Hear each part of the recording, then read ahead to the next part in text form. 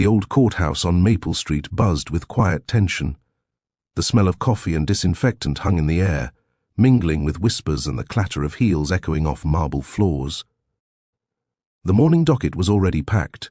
Petty thefts, DUIs and probation violations, but the crowd wasn't here for those. They'd come for one case, State v. Carter, a lawsuit that had already made local headlines. At the center of the storm sat Danielle Carter, a poised black woman in a crisp navy suit, hands folded, face calm but unreadable. To most, she was a defendant. But to those who truly knew her, Danielle wasn't the kind of woman who broke rules. She enforced them. Just 3 months earlier, she'd been an assistant district attorney, a rising star in the county. Sharp, disciplined, and fearless in the face of injustice. But now, here she was, sitting in the same courtroom she once commanded, accused of obstruction of justice. The irony wasn't lost on her. As Judge Renshaw entered, everyone rose. Danielle stood too, shoulders straight. Her eyes flicked briefly to the officers at the back of the room, Sergeant Bill Hardy and Officer Luke Denton, the same 2 cops who had dragged her out of her own office the night she refused to falsify an evidence report. That night still burned in her memory. Hardy had slammed the file on her desk, his voice dripping with arrogance. "Sign it, Carter. It's just procedure. Don't make this difficult." She'd refused. He'd leaned closer, whispering, "Then we'll make you disappear." And they almost did. A week later, Danielle was suspended under misconduct review. 2 more weeks, and she was charged with tampering with evidence, the very thing she refused to do. Today was supposed to be her hearing, a simple pre-trial conference. But as she sat there, she could sense something darker brewing beneath the surface. The prosecution table was empty for an uncomfortably long minute. Then Hardy and Denton entered, not as witnesses but as state representatives. A murmur rippled through the gallery. Danielle's lawyer leaned over. "They're testifying and representing the state? That's irregular." Danielle's jaw tightened. "It's a setup," she whispered. The judge didn't seem to notice, or didn't care. "Let's proceed," he said. Hardy stepped forward. "Your Honor, this defendant has been non-compliant since her arrest. We had to restrain her physically at the station. She was aggressive." Danielle's calm cracked. "That's a lie." The judge shot her a warning glare. "Miss Carter, you will remain silent unless addressed." The room fell silent again. Hardy continued, confident, spinning his story, how she resisted, how she destroyed evidence, how she threatened them. Each lie was a knife twist, and the gallery, half full of law students, journalists, and her old colleagues, watched like spectators at a hanging. Then it happened. As Hardy walked past her table, he muttered something, low, venomous. Danielle's head turned sharply. "What did you just say?" He smirked. "Didn't you learn when to stay quiet, girl?" The word hit like a slap before the real one came. In an instant, Hardy's hand struck her across the face, open-handed, loud, echoing through the courtroom. Gasps erupted. The bailiff froze. Even the judge blinked, stunned. Danielle didn't move. She sat perfectly still, the red mark blooming across her cheek like fire. Her breathing slowed. The silence thickened. Then, in a voice that trembled with power, she said, "You just struck an officer of the court." Hardy's smirk faltered. "You're a defendant. You ain't—" But the doors to the courtroom opened at that moment, and 3 federal marshals entered. The lead one, a tall black woman, with a badge glinting on her chest, spoke clearly. "Step away from Miss Carter. This court is under federal observation." The room erupted in whispers. Judge Renshaw stammered, "What is this?" The marshal handed him a sealed envelope. "By order of the Department of Justice, pending investigation into the suppression of exculpatory evidence in State v. Carter. Effective immediately, this court's jurisdiction is suspended." Hardy's face drained of color. What investigation?" Danielle finally stood, calm and unshaken. "The one I filed 3 months ago," she said quietly. "The one you tried to bury." Renshaw's hands trembled as he opened the document. His eyes widened. He looked at Danielle, then back to the marshals. You're reinstated?" The lead marshal nodded. "Danielle Carter, by federal appointment, is hereby reinstated as special adjudicator under Emergency Review Authority." Hardy staggered backward. "What does that mean?" Danielle turned slowly, meeting his terrified eyes. "It means," she said, her voice low but ringing with justice. "You're now standing in my courtroom." The crowd went silent again, not from shock this time, but from awe. The woman they'd mocked, arrested, and humiliated now stood taller than them all. The judge hesitated, then whispered, "Miss Carter, or should I say, Judge Carter." She met his gaze. "You can—" And with that, Danielle Carter, the woman who had been slapped in open court, took her seat behind the bench. The same courtroom that once stripped her of dignity now awaited her judgment. The room had changed, not in size but in presence. Moments ago, Danielle Carter was a defendant sitting in humiliation. Now, she stood as Judge Danielle Carter, with a federal order burning through the tension like wildfire.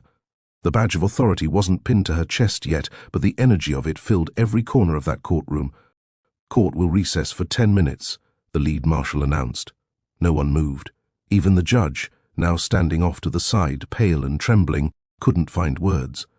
The cops who had mocked her shifted uncomfortably, eyes darting to the exit, but the marshals blocked every door.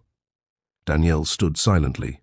Her hands trembled for a brief second as she touched her cheek, the sting still there, but dull now, overshadowed by something stronger, justice finally turning its head. Her attorney, Michael Torres, whispered, "Danielle, this is unbelievable." She gave a faint smile. "No, Michael, it's overdue." Outside the courthouse, chaos brewed. Word spread faster than wildfire. A cop had slapped a black woman in court, and she'd been reinstated as a judge moments later. Reporters crowded the steps. Cameras pointed like weapons of truth, waiting for her to emerge. But Danielle had no interest in the press. Not yet. As the marshals briefed her in the judge's chamber, the truth unfolded in fragments she already knew too well. The Department of Justice had been tracking her case since her suspension. Emails had been leaked.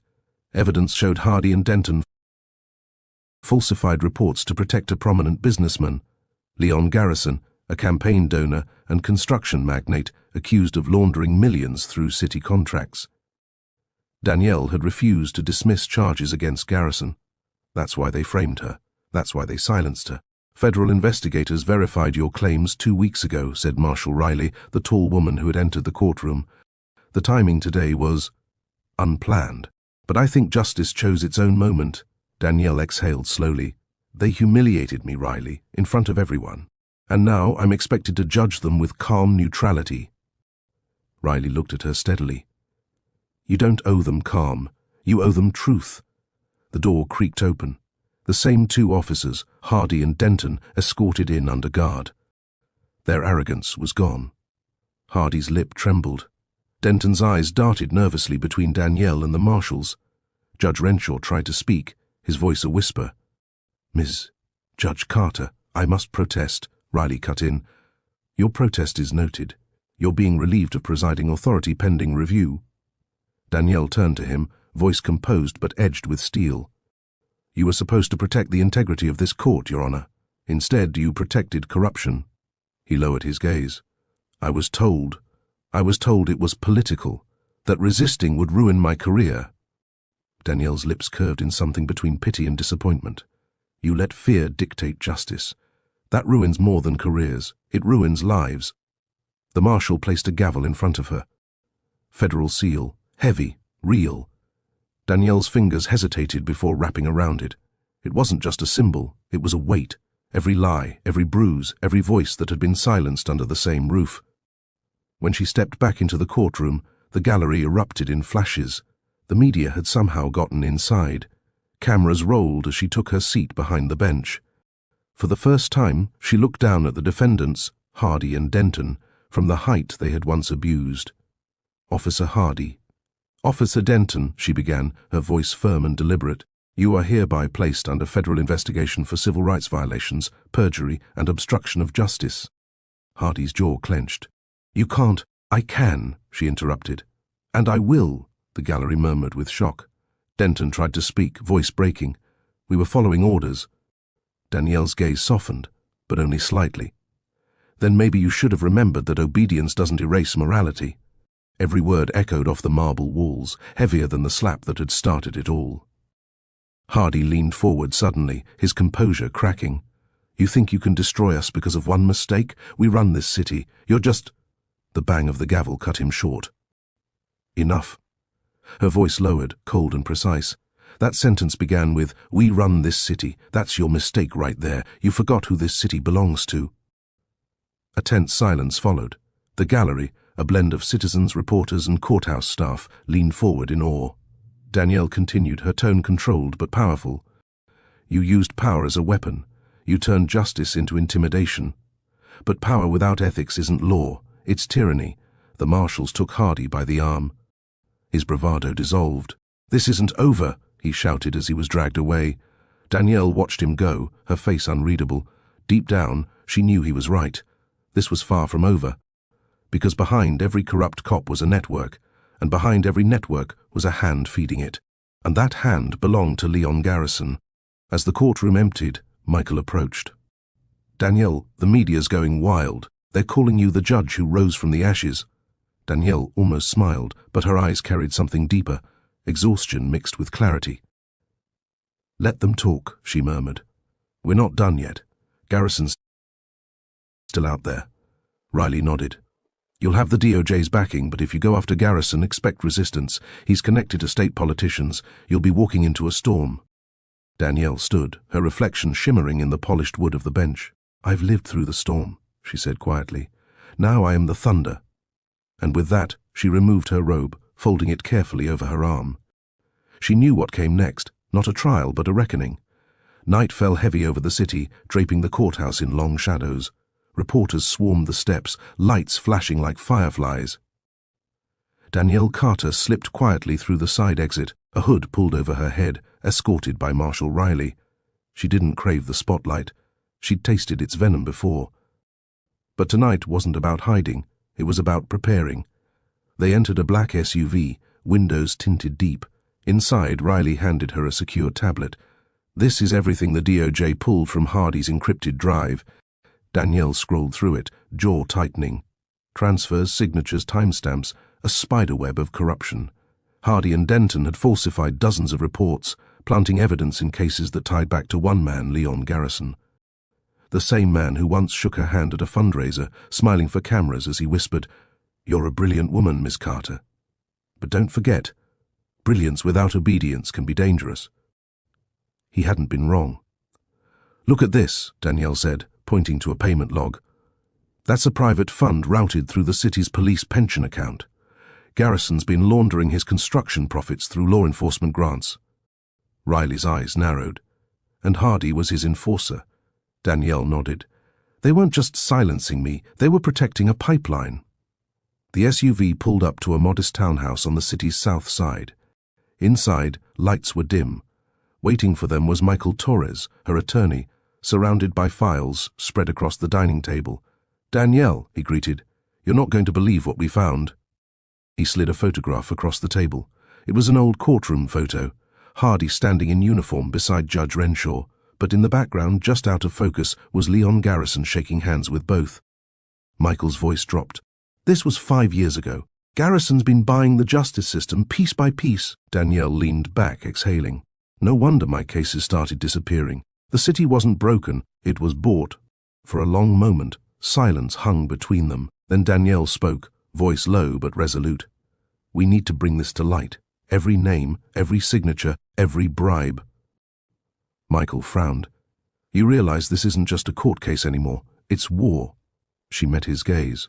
"Then let's fight like it." By morning, the city was a storm. News stations blared her story on every channel. The image of Hardy's slap played on a loop, not as violence but as a turning point. Headlines screamed from defendant to judge, Danielle Carter's courtroom redemption. The slap that shook the system, but behind the viral coverage, a darker ripple spread. Anonymous messages flooded her inbox. "You should have stayed quiet. You don't know who you're dealing with. We're watching you."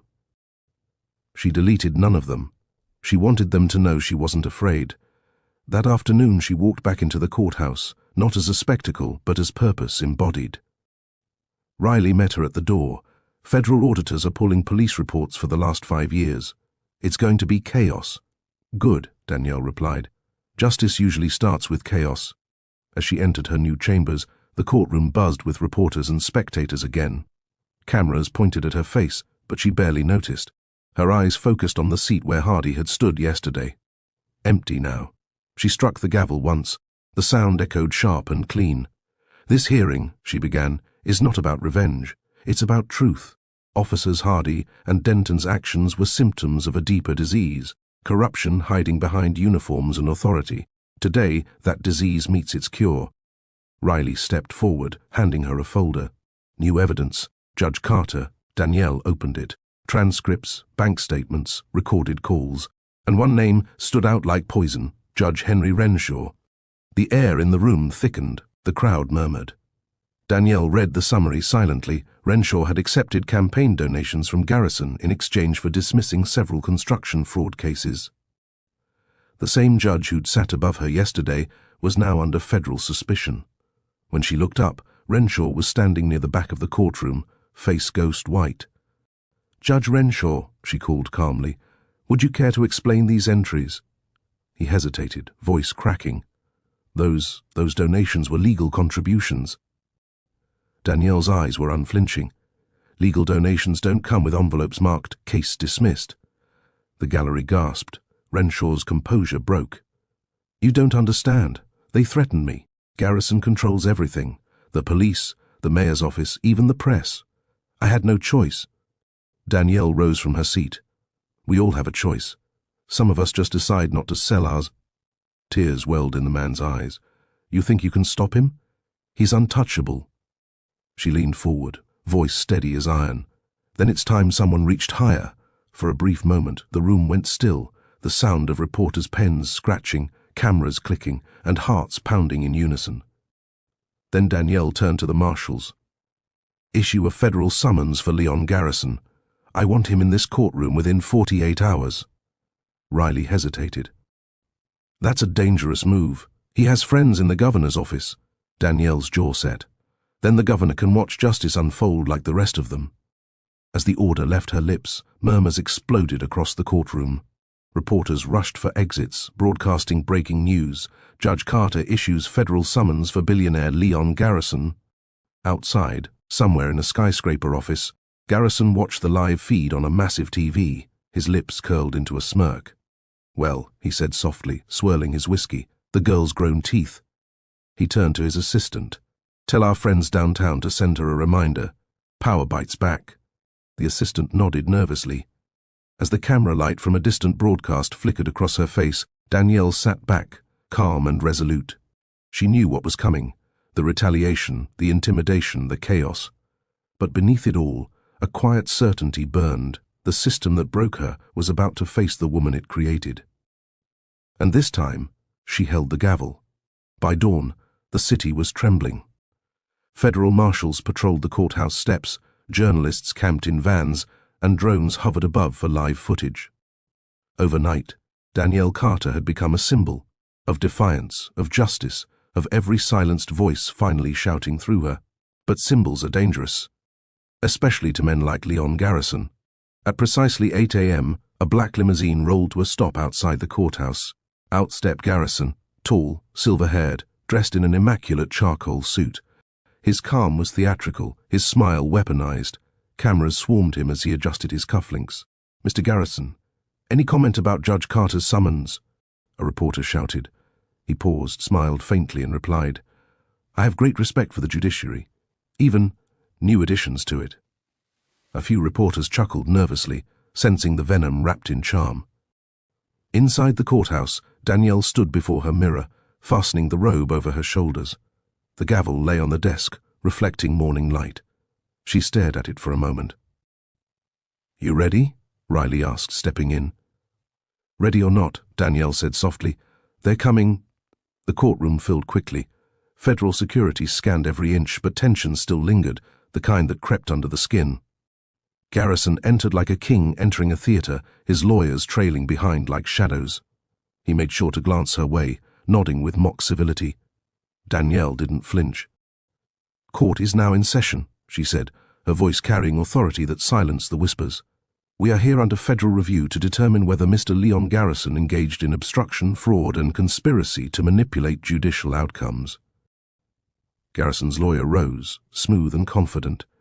"Your Honor, we question the impartiality of this proceeding. My client was summoned by a woman who, until recently, stood accused herself. Danielle leaned forward, her tone calm but cutting. Then I suppose we both understand how it feels to be wrongfully accused, the gallery murmured. The lawyer hesitated, regrouping. Nevertheless, we object. Objection overruled. She struck the gavel. The sound cracked through the room like thunder. Garrison smirked. You've grown bold, Miss Carter. It's Judge Carter, she replied. The air tightened. Garrison leaned back, eyes glinting. You think this courtroom can hurt me? I built half the city you're sitting in. You think anyone here dares to stand against me? Danielle stared at him, expression calm. Power built on fear isn't power, it's rot.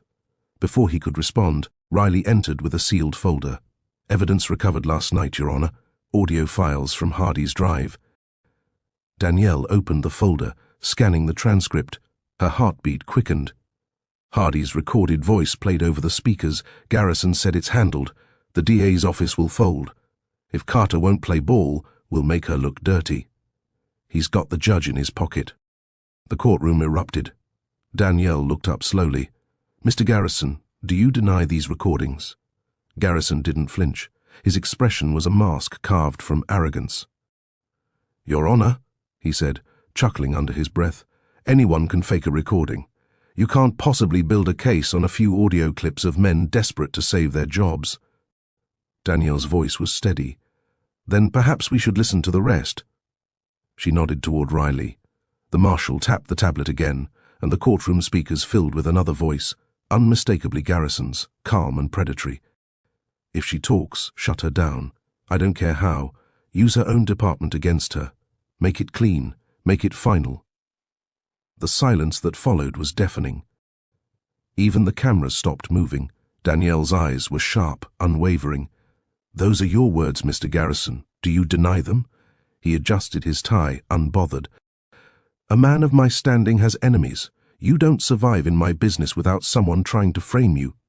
Danielle leaned forward.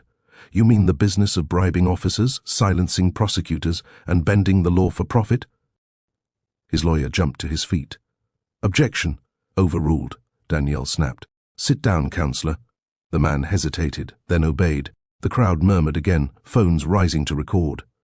Garrison could feel the walls closing in. He smiled faintly, trying to regain control.